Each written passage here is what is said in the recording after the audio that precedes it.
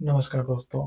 आज की इस वीडियो में हम जानेंगे प्रिंटफ और स्कैनफ के बारे में, जो कि मेनली सी प्रोग्रामिंग लैंग्वेज का ही है और आप लोगों ने इसे पढ़ा है तो आपने इसे जाना ही होगा। लेकिन आज की वीडियो इसलिए खास है क्योंकि हमारे पास जैसे कुछ कुछ छोटे छोटे कोड स्निपेट हैं और इनके आउटपुट हम देखेंगे और साथ ही में ये समझने का प्रयास करेंगे कि इनपुट और आउटपुट जो कि प्रिंटफ और स्कैनफ जो जनरली इसीलिए यूज होते हैं, इनके साथ हम और क्या अलग कर सकते हैं, क्या स्पेशल कर सकते हैं, या फिर एक अलग शब्द में कहें तो क्या फन कर सकते हैं हम लोग। तो आइए हम लोग वीडियो को शुरुआत करते हैं। और ये जो हमारा आईडी है वो है विजुअल स्टूडियो कोड, और इसे आप लोगों ने यूज किया ही होगा। अगर आप लोग अपने लैपटॉप में चलाते होंगे तो जनरली टर्बो सी का यूज नहीं करते होंगे। तो आइए हम अपना प्रोग्राम शुरू करते हैं। और यहाँ पे मैंने पहले से कोड लिखे हुए हैं और इसे अनकमेंट कर दिया है क्योंकि बनाने में इसे लिखते टाइम बहुत ज़्यादा टाइम लगने लगता है, तो इसलिए वीडियो ज़्यादा लंबा ना हो, इसलिए हम अपने पहले कोड स्निपेट को करेंगे अनकमेंट और यहाँ समझने का कोशिश करेंगे कि क्या कहता है ये कोड। सबसे पहले तो आप लोग खुद से ट्राई कीजिए इसे समझने का और इसका आउटपुट गेस करने का।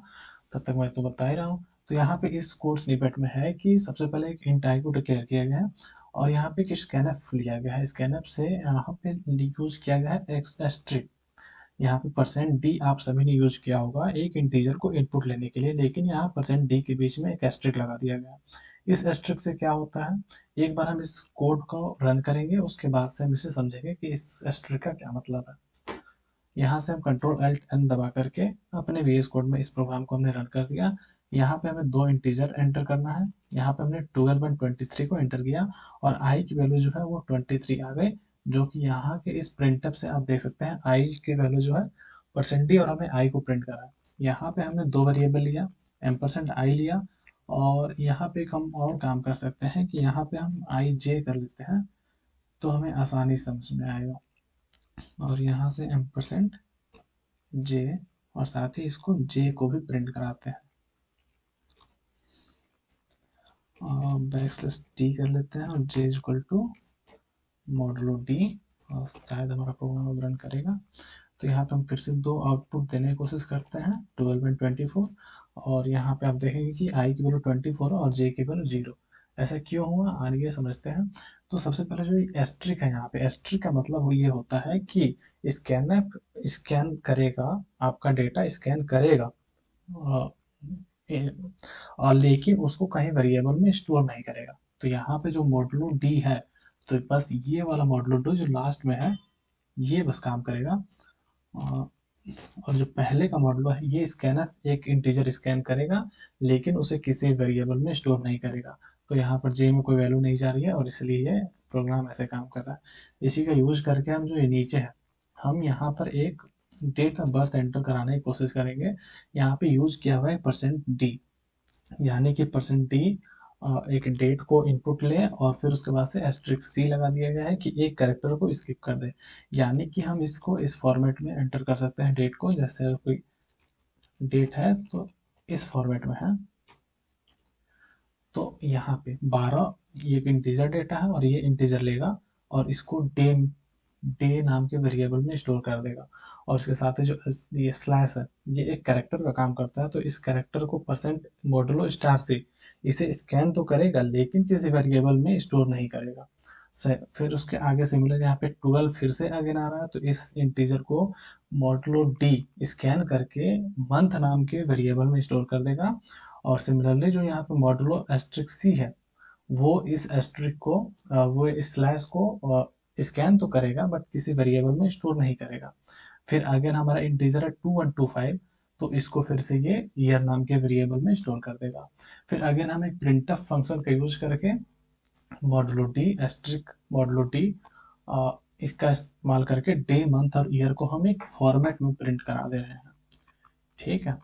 और तो फिर इस कोड स्निपेट को भी आप आसानी से समझ गए होंगे। फिर से हम इसे कमेंट कर लेते हैं और फिर हम इसे देखते हैं।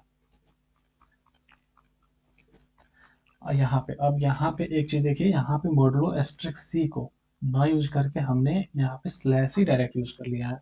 तो इससे ये भी सेम तरह से प्रोग्राम काम करेगा। यहाँ पे हम सेम चीज करेंगे। ठीक है। तो यहाँ पे जो स्लैश है, स्लैश आने का मतलब हुआ कि स्कैनर ने ये समझा कि एस्ट्रिक डी एस्ट्रिक डी का मतलब इंटीजर लो, और अगर ये स्लैश आए, जैसे स्कैनर में यहाँ पे स्लैश आया, तो इस स्लैश से इसको इग्नोर कर दो, यानी कि ये पहला वाला जो मॉडुलो डी है इसका इनपुट कंप्लीट हुआ। फिर ये स्लैश को हमने ऐसे ही एज इट इज छोड़ दिया। फिर अगला मॉडुलो डी, वहां से हमने मंथ को स्कैन किया, फिर यहाँ से ईयर को स्कैन किया। यहाँ पे एक दिक्कत ये है कि अगर हम यहाँ पे कोई और करेक्टर यूज करें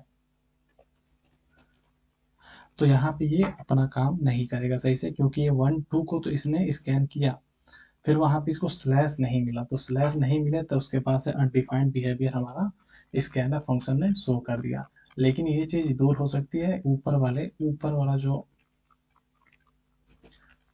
जो ये वाला जो modulo C percent C star C sorry star C का यूज कर रहे हैं, तो यहाँ पर हम कोई भी करेक्टर आएगा तो वो इसे इग्नोर कर देगा। जैसे यहाँ 45 है, एफ दे दिया हमने, फिर से हमने एक इंटीजर दिया, फिर से कोई एच दे दिया, फिर हमने ऐसे कुछ रैंडम इंटीजर दे दिया। अब इसने क्या किया, एफ एक करेक्टर है, करेक्टर को इग्नोर किया, ठीक, उसके आगे 5 और 6 को इंटीजर लिया, और फिर उसने एच एक करेक्टर है उसको इग्नोर किया, फिर उसने 5 और 6 4 को। अब आप बोलेंगे कि 2 भी तो करेक्टर है, 1 भी तो करेक्टर है, 5 भी तो करेक्टर है, उसे क्यों नहीं इसने इग्नोर किया? क्योंकि जब तक हम इसको एक साथ लिख रहे हैं तो वो एक इंटीजर है और वो एक डेटा साथ में है। तो यानी कि अगर हम एक स्पेस दे दें, जैसे कि अगर 12 के बाद हम एक स्पेस दे दें तो एक करेक्टर मिल गया इसे, वो उसे वो कर देगा। फिर यहाँ 45 दे दिया, यूजर ने ऐसे दिया, तो इसने क्या किया, यहाँ पे एक स्पेस है तो ये एक कैरेक्टर है और इस कैरेक्टर को उसने इग्नोर कर दिया। 12 एक इंटीजर ले लिया, 45 को उसने मंथ में प्रिंट कर दिया, फिर इस कैरेक्टर को उसने छोड़ करके इसे ईयर में कर दिया। यहाँ पे एक दिक्कत और है कि यूजर अगर कोई रैंडम नंबर भी एंटर कर देता है ऐसे,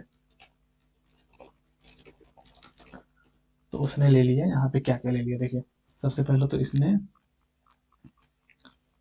कुछ यहाँ पे रैंडम बिहेवियर दिखा दिया, तो यानी कि मतलब हमें ये चाहिए कि हमारा प्रोग्राम ऐसे काम करे कि जो डे है, डे में 2 ही डिजिट आए, और मंथ में भी 2 डिजिट आए, और ईयर में 4 डिजिट आए।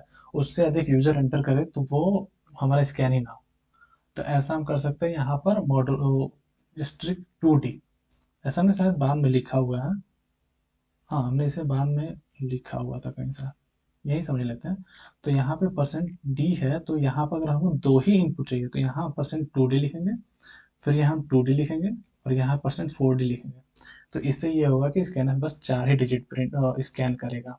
तो यहाँ पर अगर मेरा डेट ऑफ बर्थ है मान लीजिए 25/05 एंड 2005, ये हमने एंटर किया, तो एकदम सिंपल मेरा प्रोग्राम काम कर रहा है। यहाँ 25/5, इसने 0 को छोड़ दिया, 2005 है। लेकिन अगर हम यहाँ पे कुछ और प्रिंट करें, जैसे 25 और 23 56 58 57 कुछ कुछ भी हमने एंटर दे दिया। इसने क्या किया कि 25 को लिया, 2 को, जैसे यहाँ %2d था, तो दो डिजिट लिया और उसने डे में स्टोर कर दिया। फिर उसने क्या किया कि ये %* है, तो फिर अगला 2 को उसने छोड़ दिया, फिर 2 डिजिट लिया और उसे मंथ में स्टोर किया, फिर एक डिजिट को छोड़ दिया 6 को, फिर क्या किया इसने 4 को लिया और उसको ईयर में स्टोर कर दिया, और बाकी को एज इट इज छोड़ दिया, उससे वो किसी काम का नहीं है। ऐसा ये स्कैनफ ने काम किया। इसे आप समझ गए होंगे। अगले स्निपेट पे चलते हैं। ये तो हमने समझ लिया, और ये रहा INT-A स्कैनफ। हाँ, ये चीज जो मैं अभी आपको बताया ऊपर, ये सेम चीज है, तो इसे करने की जरूरत नहीं है। ये वही होगा कि जो 5 शुरू के डी होंगे उसे स्कैन कर लेगा। सिमिलरली ये बाकी में भी काम करेगा, अगर कैरेक्टर होगा तो वो 5 कैरेक्टर को स्कैन करेगा, बाकी छोड़ देगा। फ्लोट होगा तो वैसे ही काम करेगा, स्ट्रिंग होगा तो वैसे ही काम करेगा। फिर आगे हम यहाँ पे देखेंगे, यहाँ पे अगला कोड स्निपेट है, ये क्या कहता है, स्कैनर %d और %d। ये तो वही चीज हो गई ऊपर, मैंने इसे लगता है 2 बार लिख दिया। नहीं, ये दूसरा चीज देखिए, यहाँ पे क्या किया कि इंट ABC किया इसने। अब यहाँ पे हम लोग को ये जानना है कि स्कैनफ रिटर्न क्या करता है। ठीक है, यहाँ पे स्कैनफ एक फंक्शन है, अभी तक तो आप इसको स्कैन करने के लिए यूज करते थे, लेकिन अब यहाँ पे इसने क्या कर दिया कि C=स्कैनफ कर दिया, और फिर हमसे C की वैल्यू प्रिंट कर ली। तो हम एक काम करते हैं, एक बार इसको रन कराते हैं, उसके बाद से इसका देखते हैं आउटपुट क्या आता है, उसके बाद से हम इसको समझने की कोशिश करेंगे। तो यहाँ पर हमारे पास 3% D लगा है, तो हम यहाँ पे 3 नंबर दे देते हैं, और 12 दे दिया, 24 दे दिया, 58 दे दिया। ओके, अब इसका ये C की वैल्यू आगे 2, तो टू का मतलब ये हुआ कि स्कैनर, एक बार इस स्ट्रिंग डी को हटा कर लेते हैं, उसके बाद समझते हैं। ठीक है, 122523, ये कहाँ चला गया भाई, छोड़ो भैया छोड़ो, स्ट्रिक लगा ही दो। इसने दो इसलिए काम किया कि स्कैनफ जो फंक्शन रिटर्न करता है वो करता ये है कि जितनी वैल्यू वेरिएबल में स्टोर करेगा उतना वैल्यू रिटर्न करेगा।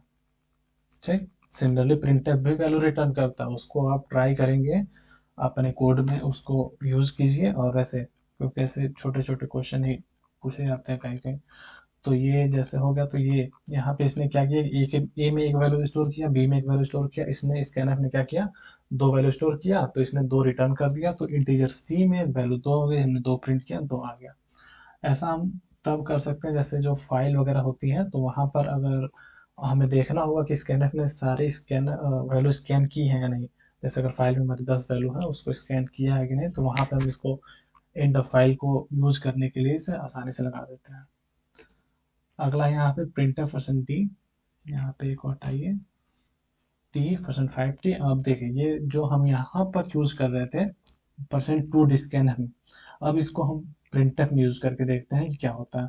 तो यहाँ पे एक लाइन है, printf percent D backslash T percent 5d backslash T percent 05d और बैकस्लैश 25 में हम इस कोड को रन करेंगे और यहाँ पे देखेंगे, यहाँ पे 25 कुछ स्पेस है, 25 है स्पेस है, 30 है, फिर 25 है। इस कोड का क्या मतलब है, तो यहाँ पे तो बहुत ज्यादा स्पेस है, तो एक स्पेस तो टी की वजह से आया हुआ है, यहाँ पे हम कैरेक्टर रख लेते हैं, फिर देखते हैं क्या होता है। तो यहाँ पे हमें पता चल गया कि ये 25 और एच के बीच में जो स्पेस है वो इस बैकस्लैश टी की वजह से है, और उसके बाद से ये स्पेस है, ये हमको लग रहा है कि ये परसेंट 5d लिखे हैं उसकी वजह से। तो इसका मतलब ये हुआ कि जो मॉडलो 5 है, यहाँ पे परसेंट 5d का मतलब है इंडेंटिंग। इंडेंट से मतलब ये है कि जो प्रॉपर मतलब ये 5 कैरेक्टर का जगह छोड़ दो। ठीक है, जैसे 5 लिखा है तो तुम क्या करो कि यहाँ पे 5 कैरेक्टर लिखो, 4 5 6 8 9 लिखा हमने 5 कैरेक्टर, तो ये जो शुरू के 3 कैरेक्टर है यहाँ पे तुम स्पेस दो। ठीक है, 3 स्पेस और ये 4, ये था ना, 4 नहीं था सॉरी। तो यहाँ इसका मतलब ये हुआ कि प्रॉपर इंडेंटिंग, यानी कि तुम 5 की जगह लो और शुरू के 3 को स्पेस छोड़ दो और फिर लास्ट के 2 डिजिट पे तुम अपना नंबर प्रिंट करो। ठीक है, और सिमिलरली यहाँ पे क्या हुआ कि अगर मॉडुलो 05d लिख दिया, तो 5 के आगे अगर हमने 0 लिख दिया, तो इसका मतलब है कि जो तुम पहले स्पेस छोड़े थे, ठीक है, यहाँ पे मान लो कि 4625 हो गया और इसको मैं कर दिया, तो यहाँ पे मान लो तो ये शुरू के जो 3 स्पेस हमने छोड़े थे ऐसे, तो अब ये क्या करेगा, वहां पे 3 जीरो प्रोडक्ट कर देगा। ठीक है, 00025, तो यहाँ पे ये आपको दिख रहा होगा 00025, और यहाँ पे चूंकि एक बैकस्लैश टी यूज हुआ तो यहाँ पे हम कुछ ऐसे लिख लेते हैं। तब देखो ये 4 और 4 के बाद 00025 आ रहा। इसे थोड़ा सा और समझने के लिए यहाँ पर हमारे पास एक और चीज है, एक हमने यहाँ पे लूप यूज किया हुआ है। तो ये लूप का वैल्यू जो है int c equal to 0, c less than 150 है और c प्लस प्लस है, और यहाँ पे हम परसेंट 03d प्रिंट करा रहे हैं। इसका आउटपुट देखिए आपको समझ में आएगा। तो यहाँ पे ये हुआ कि 149 है, अब देखिए तो ये 3 है, 3 का इंडेंटिंग हो गया तो यहाँ पे 0 आ गया लास्ट में। तो अब ये दिखने में थोड़ा सुंदर लग रहा है कि ये भी 3 ये भी 3। ऐसे क्या होता है कि अगर हम इस 0 को हटा दें, ठीक है, तो अब देखिए कैसे दिखता है। अब देखो यहाँ पे आया कैसे, 96 97 98 99 100। तो अब यहाँ पर अगर हमको इस वैल्यू के आगे कुछ प्रिंट कराना होता तो यहाँ से शुरू होता और ये यहाँ शुरू होता, तो ये दिखने में बहुत बेकार लगता है, इसलिए इंडेंटिंग के लिए हम यूज करते हैं। और यहाँ पर परसेंट अगर 3d हम लिख देते हैं, तो फिर ये क्या करेगा, शुरू के स्पेस छोड़ेगा, जैसे कि मैं बताया आपको। तो यहाँ पे इसने क्या किया, 3 डिजिट लिया, 2 डिजिट इसको प्रिंट करना है, 2 प्रिंट किया इधर से राइट से, और 1 डिजिट इसने छोड़ दिया, तो ये भी दिखने में सुंदर लग रहा है देखिए। और सेम यहाँ पे भी हुआ होगा, 9 10 के पास भी ऐसा ही हुआ होगा, 9 10। अगर इसको आप 5d यूज करें, 05 कर लें, तो आप देखिए कैसे आता है।